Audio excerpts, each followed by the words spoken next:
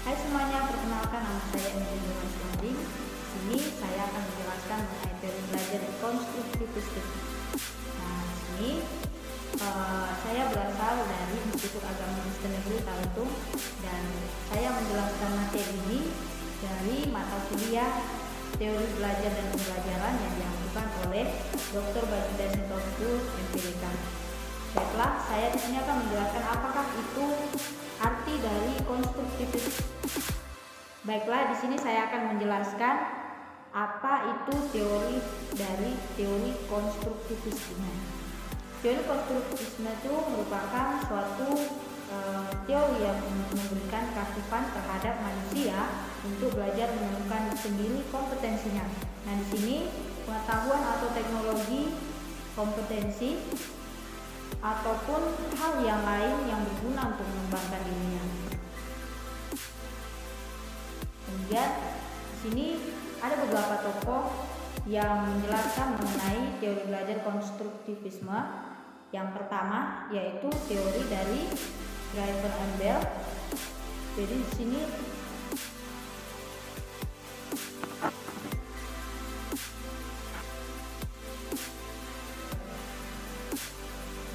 jadi di sini teori Driver and Bell ini mengatakan bahwa siswa tidak dipandang dari sebagai suatu yang pasif, tetapi memiliki sebuah tujuan.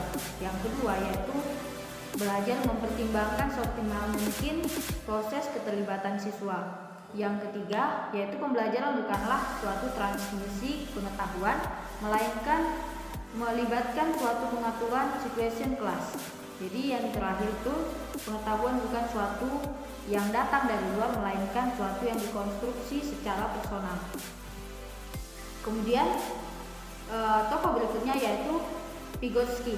Nah, di sini ia menjelaskan bahwa konstruktivisme itu yang dikembangkan olehnya memiliki pengertian bahwa belajar bagi anak dilakukan dalam interaksi dalam lingkungan sosial maupun fisik. Tasker mengatakan bahwa ada 3 penekanan dalam teori belajar konstruktivisme. Yang pertama yaitu ada 3 penekanan dalam teori belajar konstruktivisme. Peran aktif siswa dalam mengkonstruksi pengetahuan secara bermakna, pentingnya membuat kaitan antara gagasan dalam pengkonstruksian secara bermakna, mengkaitkan antara gagasan dan informasi baru yang diterima. Kemudian Wheatley mengajukan 2 prinsip utama dalam pembelajarannya dengan teori belajar konstruktivisme. Yang ia mengatakan bahwa pengetahuan tidak dapat diperoleh secara pasif, tetapi secara aktif oleh struktur kognitif siswa. Fungsi kognitif ini bersifat adaptasi dan membantu pengorganisasian melalui pengalaman nyata yang dimiliki oleh anak. Ada beberapa kelebihan dan kekurangan dari teori belajar konstruktivisme. Kelebihan yang pertama yaitu pembelajaran akan lebih memahami keadaan lingkungan sosialnya yang diperoleh dari interaksi dengan teman dan guru dalam membina pengetahuan baru. Yang kedua yaitu dalam proses membina pengetahuan baru, pembelajaran berpikir untuk menyelesaikan suatu masalah, menjalankan ide-idenya, dan membuat keputusan di dalamnya. Yang ketiga yaitu pembelajar akan mengingat semua konsep lebih lama karena pembelajar terlibat langsung secara aktif. Yang berikutnya, pembelajar akan lebih paham atau lebih mengerti dan dapat mengaplikasikannya dalam semua situasi karena pembelajar biasanya terlibat secara langsung dalam membina pengetahuan baru. Yang terakhir yaitu pembelajar akan lebih mengingat dan berinteraksi dengan sehat karena pembelajar terlibat langsung secara terus-menerus. Ada beberapa kekurangan yang tercakup di dalamnya. Yang pertama yaitu peran guru sebagai pendidik itu kurang mendukung, karena cakupannya lebih luas dan lebih sulit dipahami. Nah, ada beberapa implikasi teori konstruktivisme itu dalam pembelajaran. Implikasi yang pertama, menurut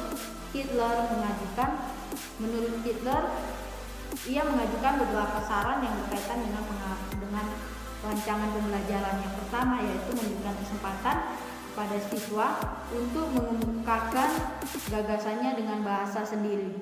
Kemudian yang kedua yaitu memberikan kesempatan kepada siswa untuk berpikir tentang pengalamannya sehingga ia menjadi lebih kreatif dan imajinatif.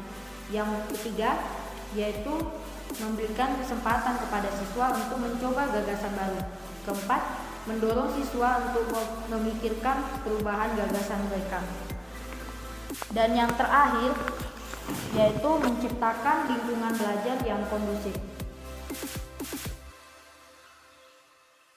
Demikianlah hasil penjelasan saya mengenai teori belajar konstruktivisme. Sekiranya pengetahuan yang saya sampaikan ini boleh bermanfaat bagi kita semua. Sekian dari saya, terima kasih.